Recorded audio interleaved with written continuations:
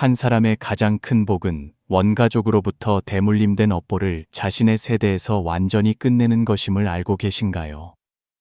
세상에는 많은 학교가 있지만 좋은 부모가 되는 법을 가르쳐주는 학교는 없습니다. 만약 당신이 불행히도 유독한 원가족에서 태어났다면 부디 즉시 깨어나 변화를 시작하세요. 원가족으로부터 가능한 한 빨리 그리고 멀리 벗어나세요. 하루빨리 자신의 삶의 주인이 되고 독립하세요. 당신을 상처 입혔던 독소와 부정적인 것들을 다음 세대에 물려주지 마세요. 모든 고통이 당신의 세대에서 끝나게 하여 자녀들이 즐겁게 성장하고 모든 사람에게 자랑스럽게 말할 수 있도록 하세요. 제가 오늘날 이렇게 될 수 있었던 것은 행복한 가정과 진심으로 저를 사랑해 주시는 부모님이 계셨기 때문이라고 말입니다.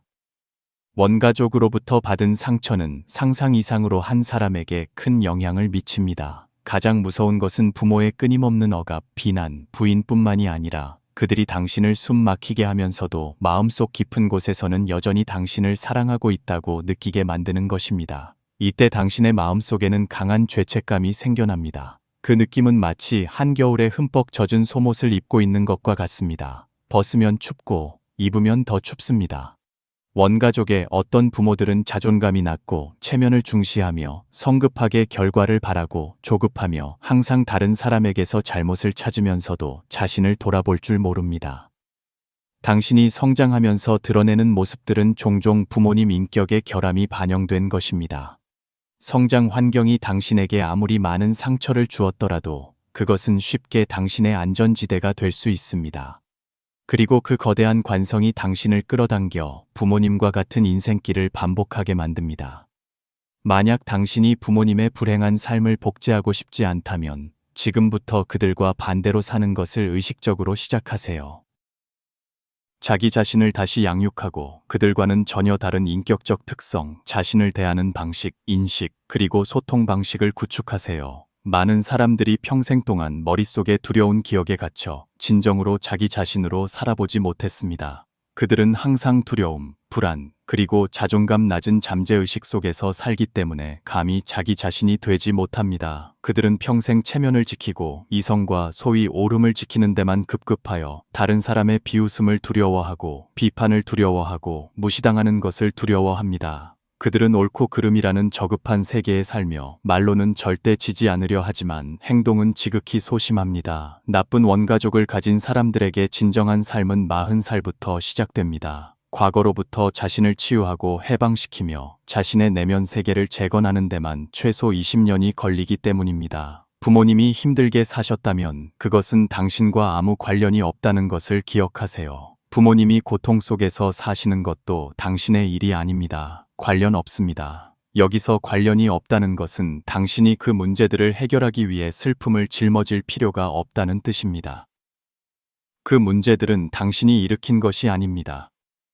당신은 더더욱 그것들 때문에 죄책감을 느끼거나 자책하거나 자신을 얽맬 필요가 없습니다.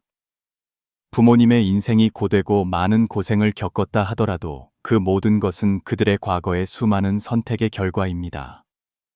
그들이 모든 것은 너를 위해서였다는 한마디 말에 쉽게 얽매이지 마세요. 만약 당신이 없었다면 그들은 인생의 정점에 도달했을까요? 그들을 사랑하고 관심을 갖는 것은 전적으로 옳은 일입니다. 하지만 그것이 당신이 그들의 운명을 짊어져야 한다는 의미는 아닙니다. 당신은 사랑과 감사를 표현할 수 있는 수천 가지 방법이 있지만 절대로 해서는 안 될 일은 그들을 위해 당신의 인생을 희생하는 것입니다. 저를 믿으세요. 진정으로 당신을 사랑하는 부모님도 당신이 그렇게 하기를 원하지 않을 것입니다. 자기 자신으로 사는 것은 결코 출신 배경에 의해 결정되는 것이 아니라 당신의 지혜와 선택에 의해 결정됩니다. 인생의 모든 전환점에서 장기적으로 이로운 것을 선택하고 용감하게 어려움에 맞서도록 노력하세요. 당신이 그렇게 할 때 발전의 법칙은 항상 당신의 편에 설 것입니다. 사실 긴 인생 여정 동안 모든 사람은 자기 자신을 키우는 사람입니다. 우리는 스스로를 다시 한번 양육해야 합니다. 이것은 매우 중요합니다. 좋지 않은 가정에서 태어난 사람들에게 한 걸음 혹은 몇 걸음 늦게 걷더라도 당신은 이미 매우 훌륭합니다. 그러니 자신을 책망하지 마세요. 그렇지 않으면 당신은 영원히 부모의 인과를 짊어지고 감당할 수 없게 될 것입니다. 다른 사람들이 성장하고 있을 때 당신은 여전히 원가족의 내면 소모의 셔틀에 휘말려 있습니다. 다른 사람들이 일찍이 도리를 깨달았을 때 당신은 여전히 고통의 순환 속에서 자신을 소모하고 있습니다. 유독한 순환입니다. 아무도 당신에게 올바른 방법을 가르쳐 주지 않았기 때문에 중년이 되어서야 비로소 이 세상과 함께 살아가는 도리를 점차 이해하게 됩니다. 그러니 가장 중요한 것은 절대로 자신을 포기하지 않는 것입니다. 자기 자신을 믿고 느리지만 확실한 걸음을 믿으세요. 물방울이 돌을 뚫듯 혀를 모아 두텁게 한 후에 얇게 내뱉으세요. 자신의 방향을 찾으세요. 누구와도 비교하지 마세요. 비교할수록 자책하게 되고 자신을 의심하게 되며 다시 원가족과의 속박에 빠지게 될 것입니다. 한때 부서지고 결핍되었던 마음은 성장해서 치유로, 치유해서 깨달음으로 가는 여정을 거쳐 억압될수록 강해지고 상처받을수록 강인해지는 마음으로 단련될 것입니다. 그것은 매우 힘든 과정이며 시간과 인내가 필요하지만 또한 삶이 우리 각자에게 부여한 것입니다. 상처받았던 사람들의 궁극적인 의미는 많은 사람들이 깨어날 기회조차 없이 마비된 채 모호하게 평생을 살아간다는 것입니다. 많은 사람들이 깨어났을 수도 있고 몇 가지 방법을 찾았을 수도 있지만 끝까지 계속할 인내심이 부족하여 여전히 모호하게 한평생을 보냅니다. 항상 자신을 신의 관점에 두고 인생 게임의 관성에서 벗어나 성장 환경에 거짓되고 혼란스러운 것들, 사람들, 일들, 마음에 뿌리 박힌 집착들을 전체적으로 바라보세요. 그런 다음 당신이 길러졌던 약한 마음가짐을 버리고 다른 사람에게 구원받기를 기대하는 마음을 버리고 스스로를 구원할 수 있는 강한 사람의 논리를 다시 수세요. 우리가 원가족에 대해 토론하는 것은 원인을 찾기 위함이지 비난하기 위함이 아닙니다. 만약 당신이 엘리트 가정, 특별히 행복한 가정에서 태어났다면 당신을 보호해주고 당신의 성장에 책임져준 사람이 있음에 감사해야 합니다. 하지만 만약 당신이 나쁜 가정에서 태어났다면 당신은 가문의 운명을 바꿀 기회를 가졌음에 또한 감사해야 합니다. 비록 마지막에 성공하지 못하더라도 그것은 인생에서 쉽게 얻을 수 없는 귀중한 경험입니다. 인생은 수행의 여정과 같습니다. 그 길 위에서 때로는 오르막과 내리막이 있고 때로는 넘어지기도 하며 모든 어려운 걸음은 현명한 깨우침입니다. 장애물이 있는 곳에 성찰이 필요합니다. 미혹이 있는 곳에 깨어남이 필요합니다. 당신이 고통받았던 곳이 바로 당신이 깨어나는 곳입니다. 당신이 변하면 세상도 변합니다. 마음에 있으면 모든 것이 있고 마음에 없으면 모든 것이 사라집니다. 우리를 가로막는 것은 결코 외부 환경이 아니라 충분히 굳건하지 못한 내면입니다. 한 가정에서 반항적이고 파격적인 아이만이 가문을 가난에서 번영으로, 무지에서 지혜로 이끌 수 있습니다. 한 가문의 업보는 대물림될 수도 있지만 변화될 수도 있습니다. 행복한 가정의 후손은 보통 행복하고 불행한 가정의 후손은 보통 비슷한 비극을 반복하는 것처럼 말입니다. 이런 벗어나기 힘든 운명은 특별한 훈련이 필요 없습니다. 왜냐하면 그것은 세월, 심지어 수백 년에 걸쳐 말과 행동, 조용하지만 깊은 영향을 통해 점차 스며들었기 때문입니다. 원가족에서 한 사람의 가장 큰 장애물은 인식이 얕고 사고가 협소하며 정신적 삶이 빈곤하고 감정적으로 매우 불안정한 부모를 두는 것입니다. 원래 우리 각자는 성공할 기회가 있고 대체하기 어려운 가치를 창출하고 진정한 자아를 찾을 수 있는 큰 잠재력을 가지고 있습니다. 하지만 인생 초기에 많은 사람들이 무지한 부모에 의해 낡고 어리석은 관념을 머릿속에 주입받고 수동적으로 그것들을 받아들여야 했습니다. 그들은 혹독한 현실 속에서 힘을 모았지만 무심코 당신이 끊임없이 자신을 탐색하고 발전시킬 기회를 끊어버렸습니다. 그리하여 당신이 막 가난한 가정을 벗어나 자신감에 차 날개를 펴고 멀리 날아갈 준비를 할 때 부모는 당신을 다시 끌어내려 아직 단단하지 않은 날개를 꺾고 당신을 가난의 늪으로 다시 끌어들여 당신이 훈련하고 성장할 기회를 번번이 놓치게 만듭니다. 그들은 당신이 성공하여 자신들을 빛내주기를 바라면서도 동시에 당신을 순진하고 보살핌과 인도가 필요한 아이로 봅니다. 당신이 소심하고 경직되고 자신감이 없으며 남의 집 자식처럼 활발하지 못할 때 그들은 당신이 못났다고 탓할 뿐 자신들이 가르친 것, 자신들의 본보기 때문은 아닌지 결코 자문하지 않습니다. 바로 이런 왜곡되고 우스꽝스러운 교육이 당신을 평범하고 무능하며 결코 자기 발로 서지 못하는 사람으로 만들었습니다. 좋은 기회가 왔을 때 당신의 마음속에 시험해보고 싶은 불꽃이 다시 타오르지만 항상 내면 깊은 곳에서 당신을 붙잡고 당신을 부정하며 당신을 위축시키는 목소리가 있습니다. 당신 안의 에너지는 점점 희미해지고 당신은 포기하고 싶지도 않으면서 자신을 의심하게 됩니다. 당신이 실패하고 넘어질 때까지도 당신은 자신이 충분히 노력하지 않았거나 충분히 똑똑하지 않았거나 EQ가 낮아서라고 생각합니다. 성장 후 강인한 많은 아이들은 스스로 생계를 꾸릴 수 있게 되자 부모와 친척을 멀리하기를 선택했습니다. 가문의 업보의 굴레에 휘말려 평생 고개를 들지 못할까 두려웠기 때문입니다. 그들은 명확히 알고 있습니다. 당신이 절대로 바꿀 수 없는 사람들이 있다는 것을, 당신이 바꿀 수 있는 유일한 사람은 자기 자신뿐이라는 것을, 만약 당신이 원가족의 속박에서 벗어나지 못하고 가난한 부모와 친척들이 당신에게 씌운 도덕적 족쇄를 풀지 못한다면 당신은 평생 억압받고 우울하고 위축되고 내면이 소모될 것입니다. 기억하세요. 당신은 항상 가장 중요한 사람입니다. 당신이 잘 살아야만 당신 주변의 모든 것이 좋아질 기회가 생깁니다. 그러므로 여러 세대에 걸쳐 이어진 문제와 고뇌를 수동적으로 견디는 것을 거부하세요. 당신을 점점 더 깊은 수렁에 빠뜨리는 관성대로 사는 것을 거부하세요. 당신의 부모님처럼 가난하고 협소한 삶을 반복하는 것을 거부하세요. 수많은 현실이 보여주듯 IQ가 높은 부모의 자녀는 소통 능력이 좋고 감정을 조절할 줄 압니다. 성미가 변덕스럽고 예측하기 어려운 부모의 자녀는 결단력을 갖기 어렵습니다. 수치심과 우울한 심리를 심하게 가진 부모는 자녀에게 비관적인 기분을 전달하여 우울증에 빠지기 쉽게 만듭니다. 반대로 자신감 있고 용감하고 여유롭고 사랑할 줄 아는 부모의 자녀는 보통 강하고 내면이 굳건하며 스스로를 조절할 줄 압니다. 그러므로 만약 당신이 부모님의 가난한 삶을 반복하고 싶지 않다면 적절히 단절하거나 그들과 반대로 살면서 자신을 다시 한번 양육해야 합니다. 너무 늦었다고 생각하지 말고 부모님이 밉다고 느끼지도 마세요. 왜냐하면 어쨌든 그들은 이미 당신에게 깊은 영향을 미쳤기 때문입니다. 동시에 당신은 또한 그들의 부모의 복사본이기도 합니다. 그러므로 감사해야 할 것은 감사하고 거부해야 할 것은 단호하게 거부하세요. 비판하거나 비난하는 것은 큰 의미가 없습니다.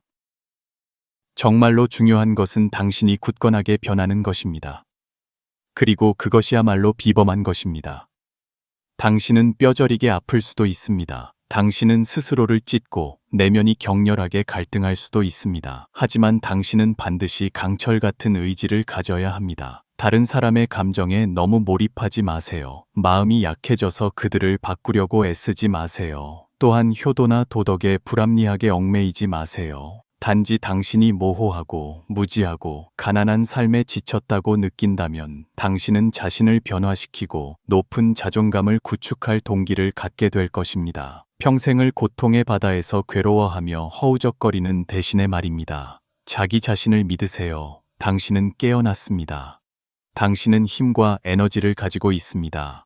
당신은 완전히 상황을 역전시킬 수 있습니다. 인생을 다시 시작할 수 있습니다.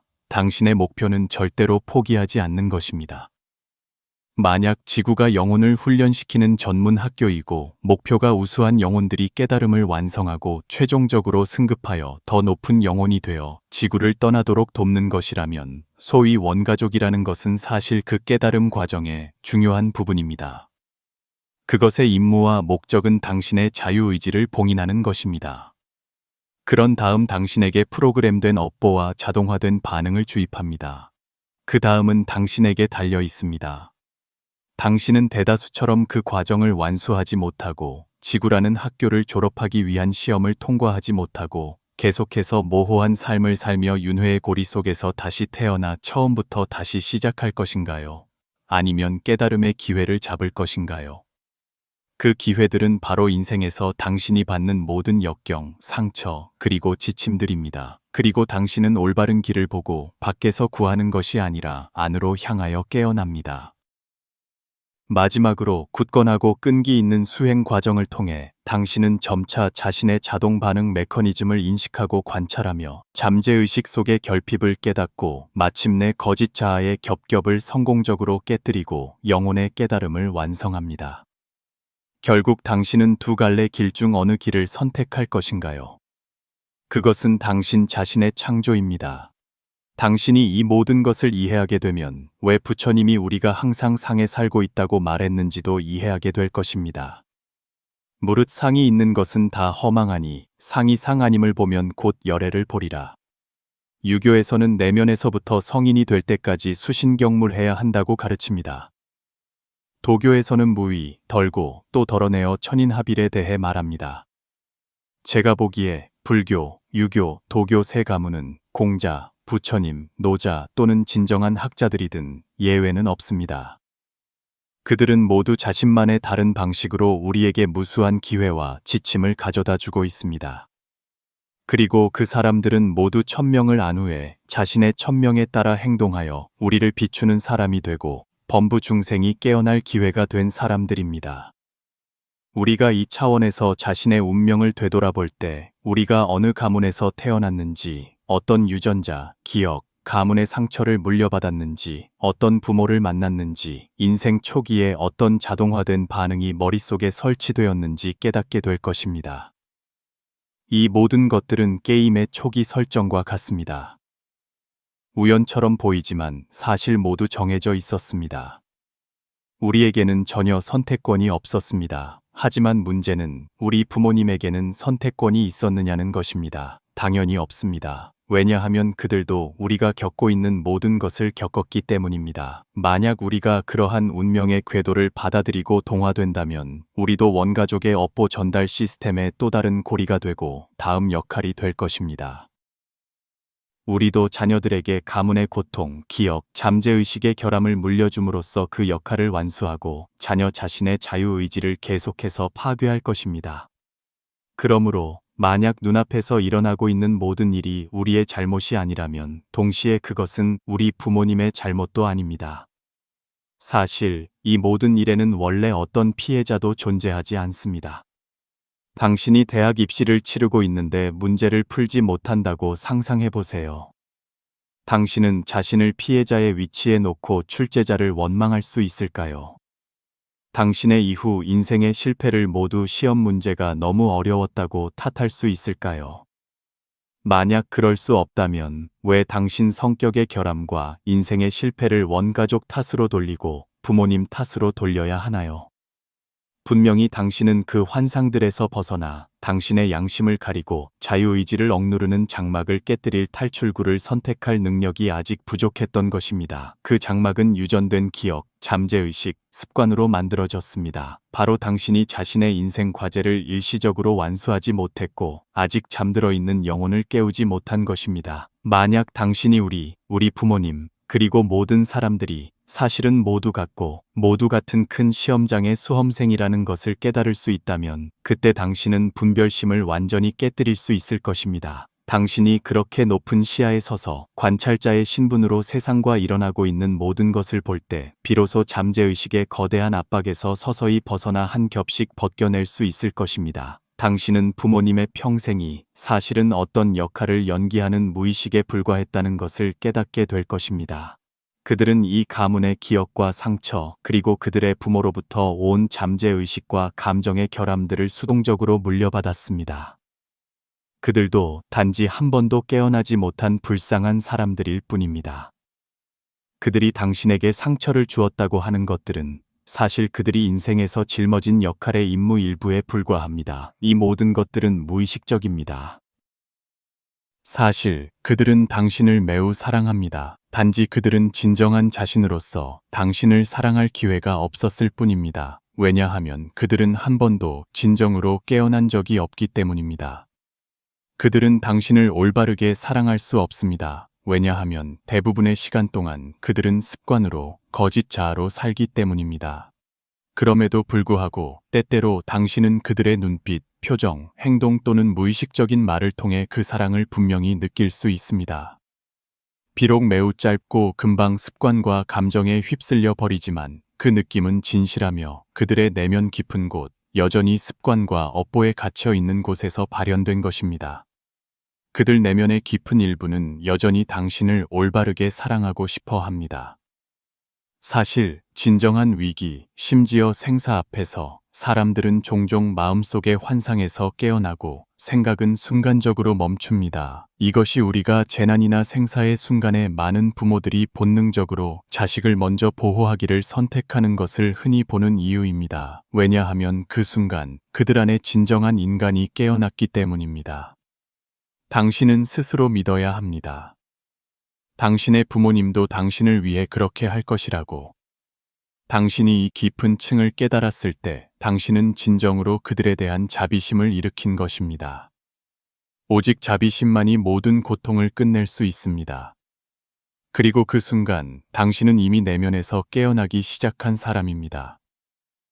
행하여 통하지 않으면 모든 것은 자기 자신에게서 원인을 찾아야 한다는 말은 진리입니다. 세상의 모든 문제는 내면으로 향함으로써만 해결될 수 있고 또 그래야만 합니다. 원가족이 우리에게 남긴 어둠도 마찬가지입니다. 이제 우리가 생명의 깊이에서 원가족을 되돌아보았다면 다음은 용감하게 마주하기를 선택하는 것입니다.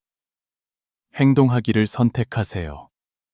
남은 인생 동안 진정으로 자유로운 삶을 살고 원가족의 저주에서 벗어나기 위해 진실하게 실천하기를 선택하세요.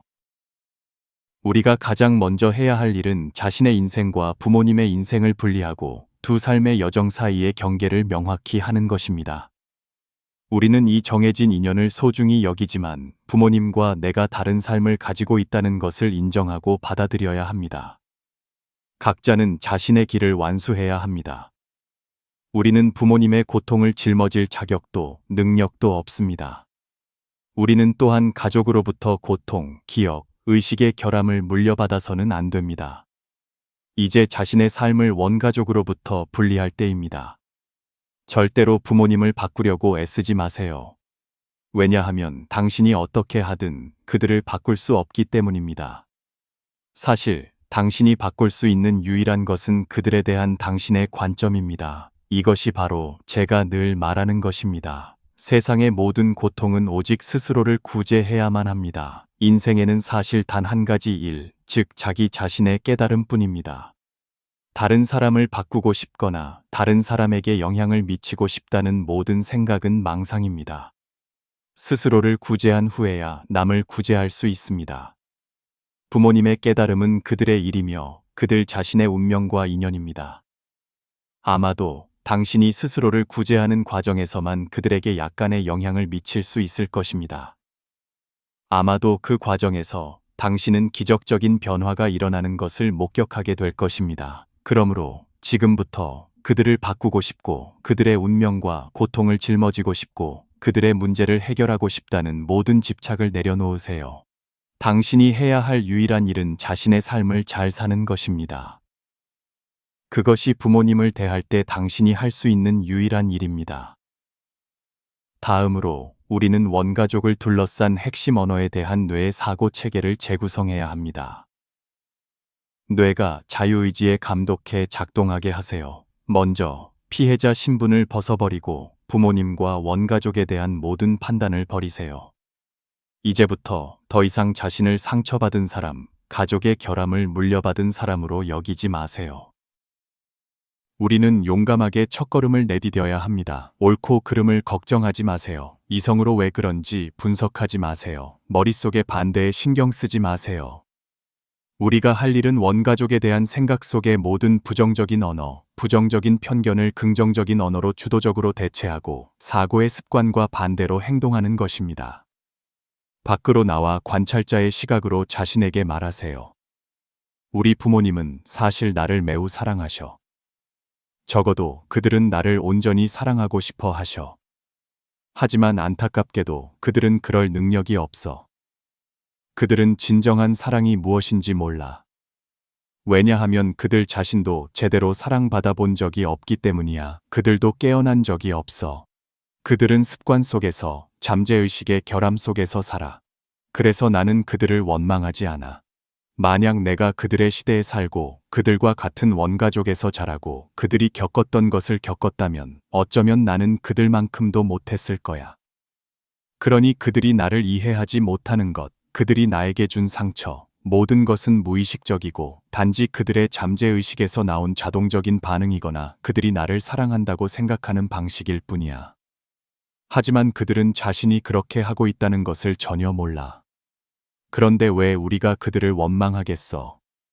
오히려 우리는 감사해야 해. 그런 무의식적인 상태에서도 그들은 우리를 키워주셨고, 오늘날 우리가 수행하고 깨어날 기회를 주셨잖아. 그렇지 않아. 다른 관점에서 보면 그들은 우리의 수행과 성장의 길에서 첫 번째 도전을 제시하는 역할을 매우 잘 완수하신 거야. 그렇지 않아. 복은 화가 숨어 있는 곳이야. 반대로, 만약 우리 부모님이 우리를 단련시키는 임무를 완수하지 못하고 단지 우리를 반김하고 모든 뜻에 따랐다면 나중에 사회에 나가 넘어져 심지어 망업불복의 지경에 빠졌을 때 그런 예도 무수히 많지 않아. 그러므로 만약 우리가 마침내 깨어나 원가족의 업보에서 벗어나 진정으로 선택권이 있고 진정으로 강한 사람이 된다면 당신의 부모님은 아마도 이 세상에서 당신을 성취시킨 첫 번째 사람들일 거야. 그렇다면 당신은 그들에게 감사하지 않아야 할까? 마지막으로 당신의 부모님이 당신에게 사랑과 힘을 주셨든 줄 능력이 있었든 없었든 이 생에서 우리는 반드시 그들로부터 그 사랑과 힘을 얻기 위해 노력해야 합니다. 그들이 살아계시든 이 세상을 떠나셨든 이것은 우리가 진정으로 깨어나기 전에 반드시 완수해야 할 임셔입니다. 그렇지 않으면 우리의 인생은 온전할 수 없고 수행의 길도 원만할 수 없습니다. 많은 사람들이 이것을 하지 못해서 평생 부모를 부정하며 삽니다. 부모로부터 사랑과 힘을 받는 것은 말할 것도 없고요. 여기서 저는 당신에게 기적적이면서도 매우 효과적인 방법을 공유하고 싶습니다. 부모님이 당신 뒤에 서서 당신의 어깨에 두 손을 얹고 있는 사진을 찾으세요.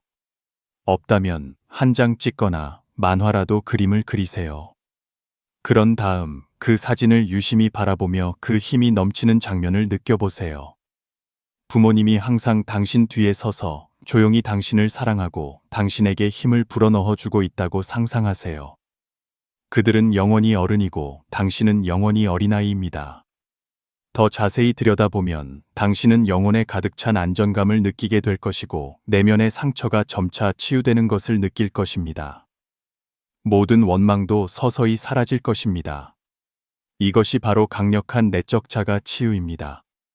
마지막으로 저는 가문의 상처와 원가족의 저주가 비록 우리에게서 시작되지 않았고 우리 부모님에게서 시작되지 않았다고 말하고 싶습니다.